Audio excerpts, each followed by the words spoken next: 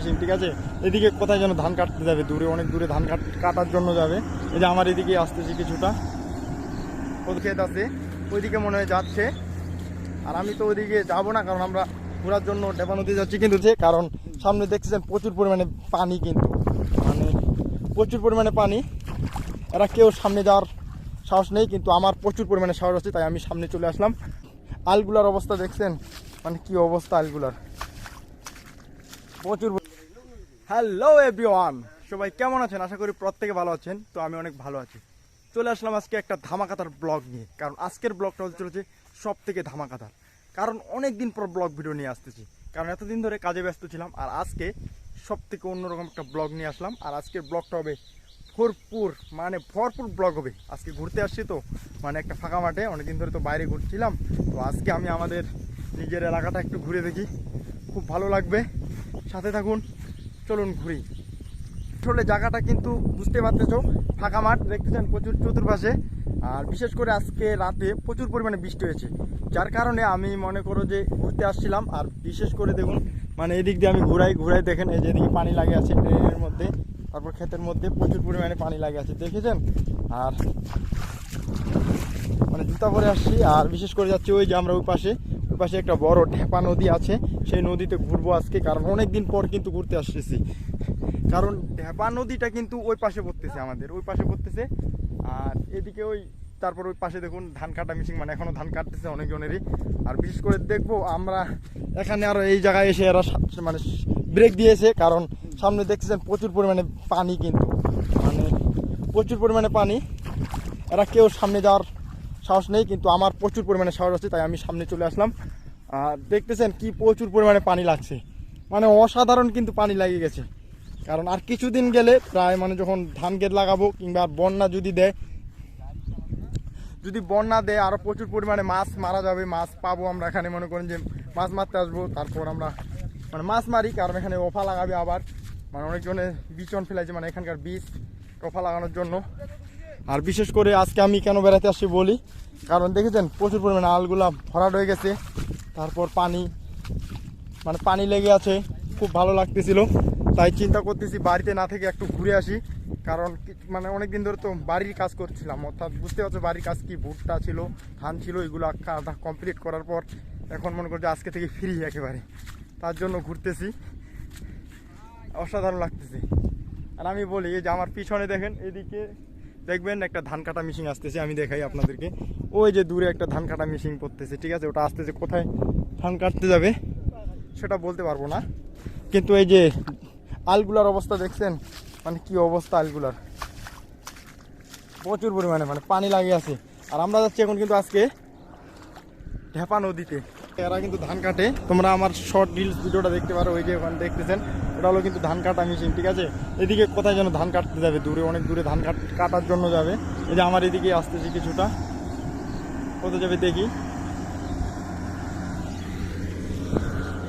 ধান কাটার জন্য কোথায় যাবে বলতে পারি না, কিন্তু কারণ ওইদিকে মানে এখান থেকে অনেক দূরে ধান ক্ষেত আছে, ওইদিকে মনে হয় যাচ্ছে।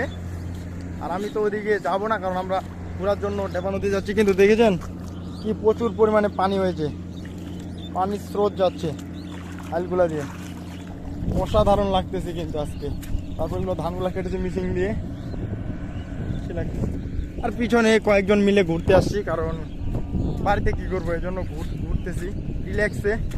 তো গাইস ফাইনালি চলে আসলাম আমি কিন্তু ঢেপা নদীতে। আর ঢেপা নদীতে এসে দেখি ভাই, ঢেপা নদীতে এত পরিমাণে পানি বেড়ে গেছে, দেখেছেন আমার পিছনে ব্যাকগ্রাউন্ড ভাই, এত পরিমাণে পানিটা বেড়ে গেছে, অসাধারণ। ঠিক আছে, আমি আপনাদেরকে দেখাই, দেখেছেন। আর এখন এখানে কিন্তু প্রচুর পরিমাণে পানিটা বেড়ে গেছে, আর আমি এর উপর দিয়ে হেঁটে যাচ্ছি, দেখতেছেন।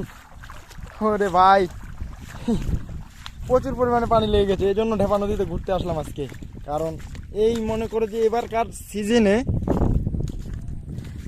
সিজনে মনে করো যে আমি মনে করো যে দুবার আসছিলাম, মানে বাড়িতে কিংবা অন্যান্য জায়গায় ঘুরতে মানে কিবা ছিল, এর জন্য এবার সিজনে 2বার আসছি। আর দেখতেছেন কি প্রচুর পরিমাণে পানি লেগে গেছে, একেবারে অসাধারণ পানি লেগে গেছে। কিন্তু এখানে মানে আরও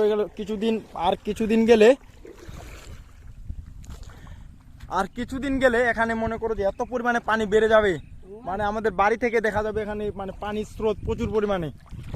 আর আমি এখন আজকে ঢেপা নদীতে এখনো যাইনি, কিন্তু ঢেপা নদীতে কিছুক্ষণের মধ্যে পৌঁছাবো। দেখো আমার পেনটা উপরে ওঠাই রে, তাহলে পেন ভিজে যাবে। ঠিক আছে, আমার পেনই তো ভিজে যাবে মনে হয়। এ দেখেছেন, আই দেখো আমার কাকুর কাণ্ড কি। কাকু মাছ ধরতেছিস নাকি? আমার কাকু কিন্তু সামনে আছে, ঠিক আছে, মনে হয় মাছ ধরবে।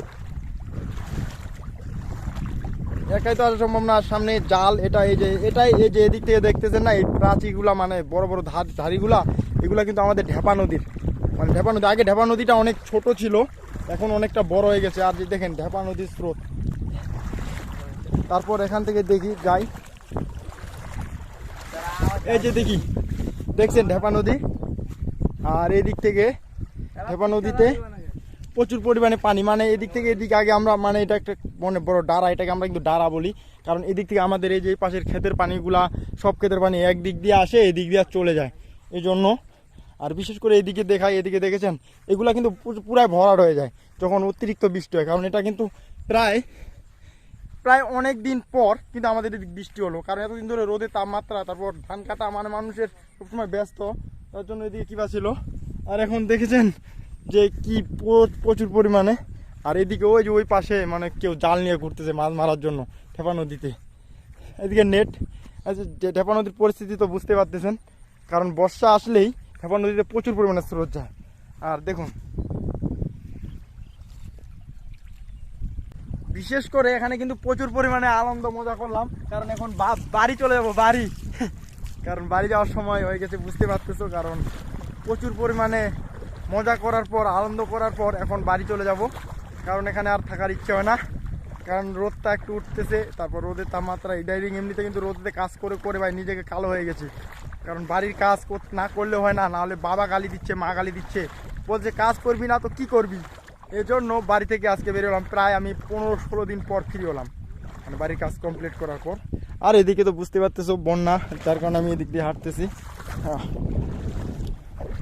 ভাই ক্যামেরা কিন্তু ওপেন, পানির মধ্যে প্রচুর রিস্ক নিয়ে ভিডিও বানাচ্ছি, অসাধারণ রিস্ক নিয়ে কিন্তু ভিডিও বানাচ্ছে। আর এদিকে আলগুলো কাটে রাখছে, কারণ ওই যে ধান কাটার জন্য যে কিবা করছিল। কারণ গাইস ফাইনালি বাড়ি যাওয়ার সময় হয়ে গেছে, এখন বাড়ি যাব। আর বাড়ি যেতে যেতে কিছু কথা বলি, যারা আমার ভিডিও দেখেন তাদেরকে বলবো ভাই প্লিজ পুরো ভিডিওটা দেখার পর একটা কমেন্ট করে যাবেন, আপনাদের মতামতগুলো জানাবেন যে কারা কারা আমার ভিডিও থেকে বেশি দেখেন। আর রেগুলারলি ভিডিও আসবে, কারণ আমি আমার একটা হৃদয় ট্রাভেলিং একটা ইউটিউব চ্যানেল খুলেছি, সেই চ্যানেলে আমি এখন থেকে রেগুলারলি ভিডিও দেবো, কারণ সেই চ্যানেলটি হলো শুধুমাত্র বাইরে ঘোরার জন্য। আর এই চ্যানেলটি হলো আমাদের হৃদয়ের বাংলা, তার মানে এই চ্যানেলটি হলো গ্রাম কিংবা আমাদের বাড়ির ভিডিও কিংবা অন্যান্য ভিডিও দিয়ে থাকবো, সবার সাথে শেয়ার করতেছি এজন্য যে আমি সেই চ্যানেলটি, আমার ইউটিউব চ্যানেলে আমার কমেডিয়ান নাকি যেন পোস্ট আছে, সেখানে আমি অবশ্যই সেই চ্যানেলের একটা ভিডিও পোস্ট করব, সেখান থেকে যে আপনারা আমার ইউটিউব চ্যানেলটি দেখবেন, আর চ্যানেলটা অবশ্যই সাবস্ক্রাইব করবেন, সাথে থাকবেন। আর ভিডিও সমাপ্ত করতেছি এখানে। আর আমি আপনাদেরকে বলি, এখানকার আমি পুরো পরিস্থিতিটা আমি আপনাদেরকে দেখাই আগে সুন্দরভাবে, দেখেছেন অসাধারণ। আর এই যে আমার উপরে পুরো উপরে দেখতেছেন, মানে সূর্য মামা উঠেছে আর গরম, ঠিক আছে। এখান থেকে এখন সুন্দর করে চলে যাব। আর আমার এই যে ভাইস্তা, মানে এখানে ওরা মাছ মারতেছে, মনে হয় মাছ তো পাবে না, কিন্তু তবুও মাছ মারছে, এত গভীর পানিতে কি মাছ ধরা যায়। এই বোকাচ্ছে তারা হাট, মানে ভাইস্তা হয়তো, তার জন্য কি মনে আছে সব গালি দিয়ে দিলাম সবাইকে। সবাই পুরো ভিডিও দেখবেন, ধন্যবাদ। আর থ্যাংকস ফর ইউ ওয়াচিং, ধন্যবাদ সবাইকে, গুড বাই ব্রো।